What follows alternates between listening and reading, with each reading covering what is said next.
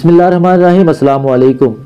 سلطان صلاح الدین ایوبی تاریخ اسلام بلکہ تاریخ عالم کے مشہور ترین فاتحین اور حکمرانوں میں سے ایک ہیں۔ وہ 1138 میں موجودہ عراق کے شہر تکریت میں پیدا ہوئے۔ ان کی زیر قیادت ایوبی سلطنت نے مصر، شام، عراق، یمن، حجاز اور دیار بکر پر حکومت کی۔ سلطان صلاح الدین ایوبی کو بہادری، فیاضی، حسن اخلاق، صحابت اور بردباری کے باعث نہ صرف مسلمان بلکہ عیسائی بھی عزت کی نگاہ سے دیکھتے۔ سلطان صلاح الدین ایوبی کو فاتح بیت المقدس بھی کہا جاتا ہے، جنہوں نے 1187 میں یورپ کی متحدہ افواج کو عبرتناک شکست دے کر بیت المقدس ان سے آزاد کرا لیا تھا۔ دوستو، آج کا موضوع سخن سلطان صلاح الدین ایوبی کی داستان حیات پر مبنی ہے، لیکن حسب روایت آپ سے گزارش کریں گے کہ ریڈ بٹن کو کلک کر کے اور بیل آئیکن کو پریس کر کے داستان گو کے سبسکرائبر بننا مت بھولیے، تاکہ ایسی انفارمیٹیو ویڈیوز آپ کو ہر وقت اور بر وقت ملتی رہیں۔ چنانچہ خواتین و حضرات، شروع میں وہ سلطان نور الدین زنگی کے ہاں ایک فوجی افسر تھے۔ مصر فتح ہو جانے کے بعد سلطان صلاح الدین ایوبی کو 1171 میں مصر میں حاکم مقرر کر دیا گیا۔ نور الدین زنگی کے انتقال کے بعد چونکہ اس کے لائق ان کی اولاد نہیں تھی، اس لیے سلطان صلاح الدین ایوبی کو 1174 میں حکمرانی پر فائز کر دیا گیا۔ مصر کے بعد سلطان صلاح الدین ایوبی نے 1182 تک شام، موصل، حلب وغیرہ فتح کر کے اپنی سلطنت میں شامل کر لیے۔ اس دوران صلیبی سردار رونالڈ کے ساتھ 4 سالہ صلح کا معاہدہ بھی ہو چکا تھا، جس کی روح سے دونوں ایک دوسرے کی مدد کرنے کے پابند تھے، لیکن یہ معاہدہ محض کاغذی اور رسمی تھا۔ صلیبی بدستور اپنے اشتعال انگیزی میں مصروف تھے اور مسلمانوں کے قافلوں کو مکمل طور پر لوٹ مار کر رہے تھے۔ حطیم کی فتح کے بعد صلاح الدین نے بیت المقدس کی طرف رخ کیا۔ ایک ہفتہ تک خون ریزی کی جنگ کے بعد صلیبیوں نے مکمل طور پر ہتھیار ڈال دیے۔ بیت المقدس پورے 91 سال بعد دوبارہ مسلمانوں کے قبضے میں آیا اور تمام فلسطین میں مسیحی حکومت کا خاتمہ ہو گیا۔ پھر تقریباً 771 سال مسلسل مسلمانوں کا قبضہ رہا۔ بلا شبہ بیت المقدس کی فتح صلاح الدین ایوبی کا عظیم الشان کارنامہ تھا۔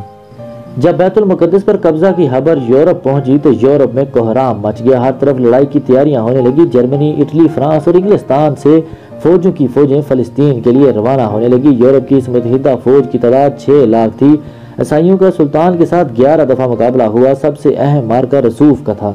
سلطان نے جواں مردی اور بہادری کی درخشندہ مثالیں قائم کی۔ جب فتح کی کوئی امید باقی نہ رہی تو صلیبیوں نے صلح کے لیے درخواست پیش کر دی۔ فریقین میں صلح کا معاہدہ ہوا، جس کی وجہ سے تیسری صلیبی جنگ کا خاتمہ ہوا۔ اس صلیبی جنگ میں سوائے حقہ شہر کے عیسائیوں کو کچھ بھی حاصل نہ ہوا اور وہ ناکام واپس ہوئے۔ رچرڈ شیر دل سلطان کی فیاضی اور بہادری سے بہت متاثر ہوا۔ جرمنی کا بادشاہ بھاگتے ہوئے دریا میں ڈوب کر جان سے ہاتھ دھو بیٹھا اور تقریباً 6 لاکھ عیسائی ان جنگوں میں کام آئے۔ تیسری صلیبی جنگ میں سلطان صلاح الدین ایوبی نے ثابت کر دیا کہ وہ دنیا کا سب سے طاقتور ترین حکمران ہے۔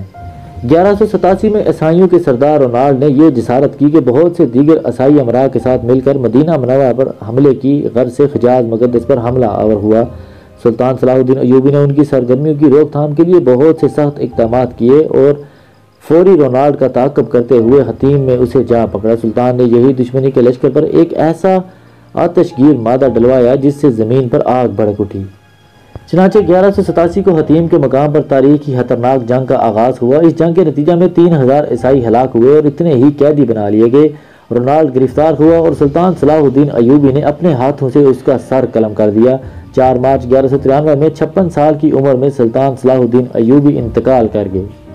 ان کو شام کے موجودہ دارالحکومت دمشق کے مشہور زمانہ امی مسجد میں سپرد خاک کیا گیا۔ سلطان صلاح الدین ایوبی نے کل 20 سال حکومت کی۔ ایک انگریز مورخ لین پول نے بھی سلطان کی بڑی تعریف کی اور لکھتا ہے کہ اس نے عوام کی محبت اور ان کے معاملات میں دلچسپی لے کر ہر دل عزیزی کی دولت کمائی۔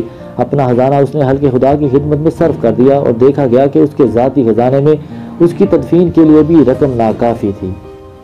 امید کرتے ہیں یہ سیشن داستان گو کا آپ کو پسند آیا ہوگا۔ پسند آنے کی صورت میں اسے فیس بک اور واٹس ایپ پر ضرور شیئر کر دیں اور جاتے جاتے ریڈ بٹن کو کلک کر کے اور بیل آئیکن کو پریس کر کے داستان گو کے سبسکرائبر بننا مت بھولیے، تاکہ ایسی انفارمیٹیو ویڈیوز آپ کو ہر وقت اور بر وقت ملتی رہیں۔ اپنا اور اپنے ارد گرد کے لوگوں کا خیال رکھیے۔ آج کے لیے داستان گو کو اجازت دیجیے۔ اللہ نگہبان۔